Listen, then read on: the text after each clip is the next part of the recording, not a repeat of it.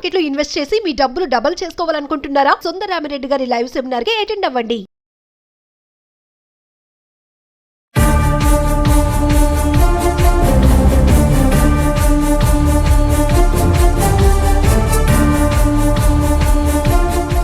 నమస్తే, welcome back to Suman TV. Present మనతో పాటు ఉన్నారు ఐఏఎస్ ఆస్పిరెంట్ చిరంజీవి.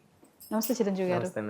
చిరంజీవి గారు, మరి గ్రూప్ 1 రిజల్ట్స్ అయితే వచ్చాయి, మనం ఒక వీడియోలో మాట్లాడుకున్నాం. మరి ఉద్యోగాలు వచ్చిన సంగతి పక్కన పెడితే మరి నెక్స్ట్ ఎవరైతే ఫెయిల్ అయ్యారో, మరి జాబ్స్ రాలేదో వాళ్ళ భవిష్యత్తు ఏంటి అంటే మీరు ఎక్స్ప్లెయిన్ చేశారు ఏంటి అనేది. మరి ఇప్పుడు చూసుకుంటే అసలు ఈ లూప్ హోల్స్ కానీ ఈ అవకతవకలు జరగడానికి కానీ అసలు కారణాలు ఏంటి అంటే ఎక్కడ తప్పు జరిగింది అంటే? ఫస్ట్ 2021 నోటిఫికేషన్ వచ్చినప్పుడు ఇది మనకు ఫస్ట్ ఎగ్జామ్ అయితే కండక్ట్ చేయడం జరిగింది. సో జరుగుతున్న టైంలో పేపర్ లీకేజ్ జరిగింది అప్పుడు. సో పేపర్ లీకేజ్ అవడంతోనే ఇంకా ఈ టీజీపీఎస్సీ గ్రూప్ 1 ఇష్యూ జరగడం స్టార్ట్ అయింది. సో అప్పుడు మనకి ఆ గత ప్రభుత్వం కూడా దీని మీద కమిటీ వేసిందని చెప్పింది. సో ఆ పెర్సన్ పెట్టుకోవడం జరిగింది. సో ఓవరాల్ అది క్యాన్సిల్ అయింది ఎగ్జామ్. ఫస్ట్ అంటే అక్కడ పేపర్ లీకేజ్ ఏంటంటే ఆ సిస్టంలో అయితే ఎవరుండో ఆ డిపార్ట్మెంట్లో ఉన్న వ్యక్తికే తెలిసి ఉండాలి. అంటే అక్కడ స్ట్రెంత్ అండ్ రూల్స్ లేవు. అంటే సెక్యూరిటీ అనేది మిస్ అయింది. ఒక ఎగ్జామ్ కండక్ట్ చేస్తుందంటే ప్రభుత్వ వ్యవస్థ చాలా కఠినంగా ఉండాలి. అసలు ఆ ఎగ్జామ్ పేపర్ తయారు చేసిన వ్యక్తికి ఆ ప్రింటింగ్ చేసిన వ్యక్తి తప్ప వేరెవరు తెలియకుండా, అంటే మూడో కన్ను కూడా తెలియకూడదు. కానీ తెలిసిందంటే సమ్వేర్ గవర్నమెంట్ ఎక్కడో లూప్ హోల్స్ ఉన్నాయని అర్థం. అంటే ప్రభుత్వం అని చెప్పుకోవచ్చు. సెకండ్ టైం కండక్ట్ చేసినప్పుడు బయోమెట్రిక్ ఇష్యూస్ వచ్చాయి. బయోమెట్రిక్ సరిగ్గా పని చేయకపోవడం కూడా అదొక ఇష్యూ. సో అట్లా 2 టైమ్స్ జరిగింది. అంటే టెక్నికల్గా ఏదైతే బయోమెట్రిక్ ఇష్యూ ఉందో అవి అటువంటి ఇష్యూస్ మనం కరెక్ట్గా స్ట్రెంగ్తెన్ చేయాలి టెక్నాలజీ ఇష్యూస్ పరంగా.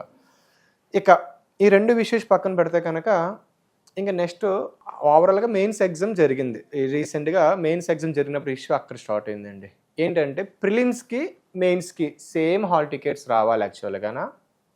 అంటే నెంబర్ సేమ్ రావాలి కానీ డిఫరెంట్ హాల్ టికెట్స్ నెంబర్స్ వచ్చాయి. కన్ఫ్యూజన్. సో అక్కడ ఇష్యూ స్టార్ట్ అయింది. అది సరిపోయింది. ఇక నెక్స్ట్ ఈ కోర్టు ఉమెన్స్లో అయితే ఒకే రూమ్లోని సేమ్ నెంబర్స్ ఒకే వర్షన్ నెంబర్స్ అందరూ క్వాలిఫై అయిపోయారు. ఒకే ఆర్డర్లో క్వాలిఫై. ఒక రూమ్లో అయితే 3, 4, 5 క్వాలిఫై అయిపోయారు. సో ఎట్లా పాసిబుల్ అయింది? సో అక్కడ క్లియర్గా తెలుస్తుంది సమ్వేర్ లూప్ హోల్స్ జరిగినాయని. సో దీనికి ఓవరాల్గా ప్రభుత్వ వ్యవస్థ ఏదైతే నిర్వహించిందో, అంటే ప్రభుత్వం చెప్పుకోకూడదు, టీజీపీఎస్సీ నిర్వహణలో లూప్ హోల్స్ అని క్లియర్ కట్గా అర్థమవుతుంది. సో కరెక్షన్స్ కూడా జరిగింది. అక్కడ కరెక్షన్స్ కూడా సరిగ్గా చేయలేదు. అంటే ఏంటంటే ఒక గ్రూప్ 1 అభ్యర్థి రాసే ఎగ్జామ్కి ఒక డిగ్రీ క్వాలిఫికేషన్ ఏదైతే ఉంటారో ఆ ఈవెన్ జేఎల్ అంటే జూనియర్ లెక్చరర్స్, డిగ్రీ లెక్చరర్స్ కూడా దానికి ఎవాల్యుయేషన్ చేశారు. అంటే ఇప్పుడు నాలెడ్జ్ ఉండదు కదా వాళ్ళకి, నాలెడ్జ్ ఉండదు. ఇప్పుడు ఫర్ సపోజ్ పాలిటీ అంటే పాలిటీ సంబంధించిన చెయ్యాలి, కానీ ఆ సబ్జెక్ట్ మీద అవగాహన లేని అభ్యర్థి ఆ యొక్క పర్సన్ దాన్ని ఇవాల్యుయేట్ చేశారు. అంటే ఇవాల్యుయేషన్లో కూడా ప్రాపర్గా నిర్వహణ జరగలేదు. అంటే ఎగ్జామ్ కండక్ట్ చేసే నుంచి పేపర్ ఇవాల్యుయేషన్ వరకు కూడా ప్రాపర్గా ఒక ప్రాపర్గా ఒక పని అంటే ప్రాపర్గా ఇది కూడా నిర్వహించలేదు ప్రభుత్వ టీజీపీఎస్సీ అనేది.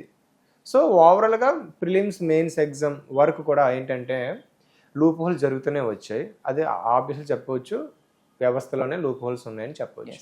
సార్ ఇప్పుడు గ్రూప్ 1 ఈ సింగిల్ జడ్జిమెంట్ని ఇప్పుడు నిలిపివేసారు అనుకోవచ్చా తీర్పుని? మరి స్టే ఇచ్చింది. సో దీని ముందు చెప్పాలంటే మెయిన్స్ రిజల్ట్స్ వచ్చే ముందు GO 21, 29, 51 ఇష్యూ జరిగినప్పుడు కూడా సుప్రీంకోర్టుకి వెళ్ళారు, స్టే ఇమ్మని చెప్పారు. కానీ సుప్రీంకోర్టు ఏం చెప్పిందంటే రేపే ఎగ్జామ్ అంటే అక్టోబర్ 21 ఎగ్జామ్ జరుగుతుంది, 20 జడ్జిమెంట్ ఇచ్చింది. సో రేపే ఎగ్జామ్ జరుగుతుంది కాబట్టి ఇప్పుడు మేము దాన్ని క్యాన్సిల్ చేయలేము, సో దాన్ని మేము ఏం చేయలేమని చెప్పి సుప్రీం కూడా చెప్పేసింది. సో మెయిన్స్ ఎగ్జామ్ అయిపోయింది, ఇంకా రిజల్ట్స్ కూడా వచ్చేసాయి. రిజల్ట్స్ వచ్చాక ఇష్యూ జరిగింది మళ్ళీ ఏంటంటే జనరల్ ర్యాంకింగ్ లిస్ట్ కూడా ఇవ్వడం జరిగింది. సో అక్కడ ఇష్యూ జరిగింది ఏంటంటే ఎవరైతే మంచి మార్క్స్ వచ్చాయో ఆ అభ్యర్థి ర్యాంకులో లిస్ట్ లేదు, కానీ ఎవరైతే చదవలేదో కష్టపడలేదో సో వాళ్ళకి అవకతవకలు జరిగాయి కదా ఈ ఎగ్జామ్ సెంటర్స్లో, వాళ్ళకి లిస్ట్ పేర్లు ఉన్నాయి. సో అప్పుడు స్టార్ట్ అయింది ఏంటంటే ఈ ఆస్పిరెంట్స్ అందరూ కూడా హైకోర్టుని ఆశ్రయించారు. హైకోర్టు ఏం చేసిందంటే 2 months గడువు తీసుకొని 222 పేజీలు తీర్పునిచ్చింది.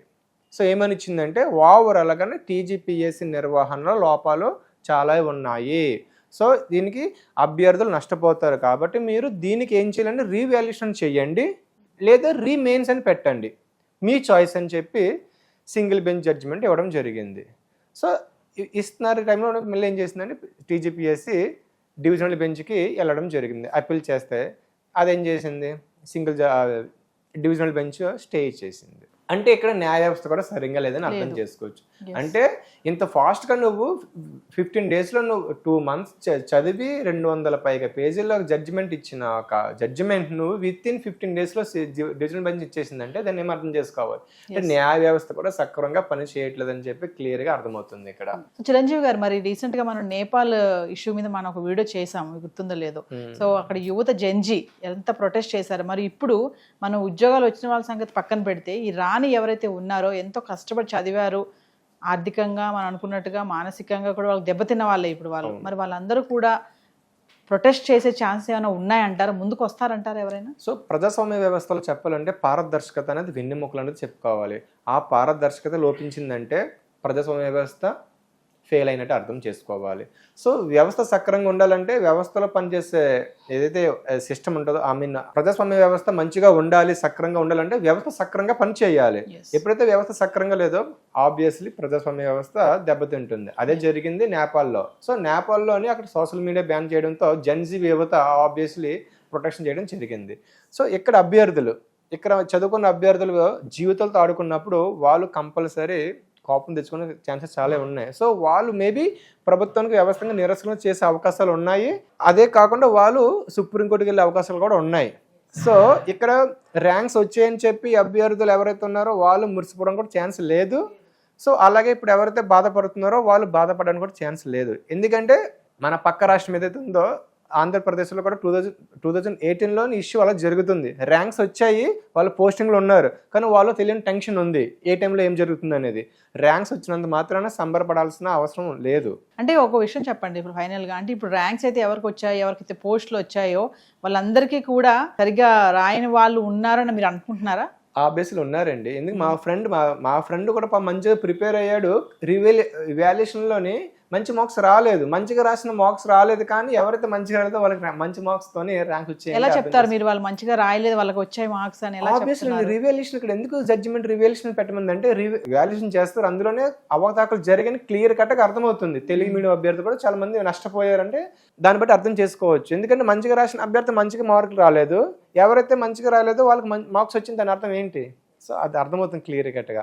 సో ఏదేమైనా ఎంతో ప్రతిష్టాత్మకంగా నిర్వహించే Group 1, Group 2 ఎగ్జామ్స్ విషయంలో అవకతవకలు చాలానే ఉన్నాయండి. పేపర్ లీకేజ్ అనుకోండి, బయోమెట్రిక్ అనుకోండి, ఇందాక మీరు చెప్పినట్టుగా వాల్యుయేషన్ కానీ, ఇన్విజిలేటర్స్ కానీ, ఆ వాల్యుయేషన్ కూడా పేపర్ కరెక్షన్ చేసిన వాళ్ళు కూడా సూటబుల్ పర్సన్స్ కాదండి, సబ్జెక్ట్ ఓరియంటెడ్ పర్సన్స్ కాకుండా, మీరు అన్నట్టుగా పాలిటీ పర్సన్ కాకుండా వేరే సోషల్ వాళ్ళు సైన్స్ చేసినట్టు, సైన్స్ వాళ్ళు సోషల్ చేసినట్టు, అంటే పీజీ ఎగ్జామ్స్ తీసుకెళ్ళి ఇంటర్మీడియట్ వాళ్ళు చేసినట్టుగా ఇలా జరిగాయని చెప్పేసి మీరు ఫైనల్గా చెప్పదలుచుకున్నారా? అవును, అభ్యర్థి జరిగిందండి, క్లియర్ కట్ అక్కడ జరుగుతుంది, న్యూస్లో కూడా వచ్చింది. ఏంటంటే ఈ ఇవాల్యుయేషన్ అనేది క్వాలిఫైడ్ పీపుల్స్ తో చెయ్యలేదు అని చెప్పి క్లియర్ కట్ అర్థమైంది. సో ఓవరాల్ గా నిర్వహణలో టీజీపీఎస్సీ నిర్వహణలో లోపాలు ఉన్నాయని చెప్పి క్లియర్ కట్ గా అర్థమవుతుంది.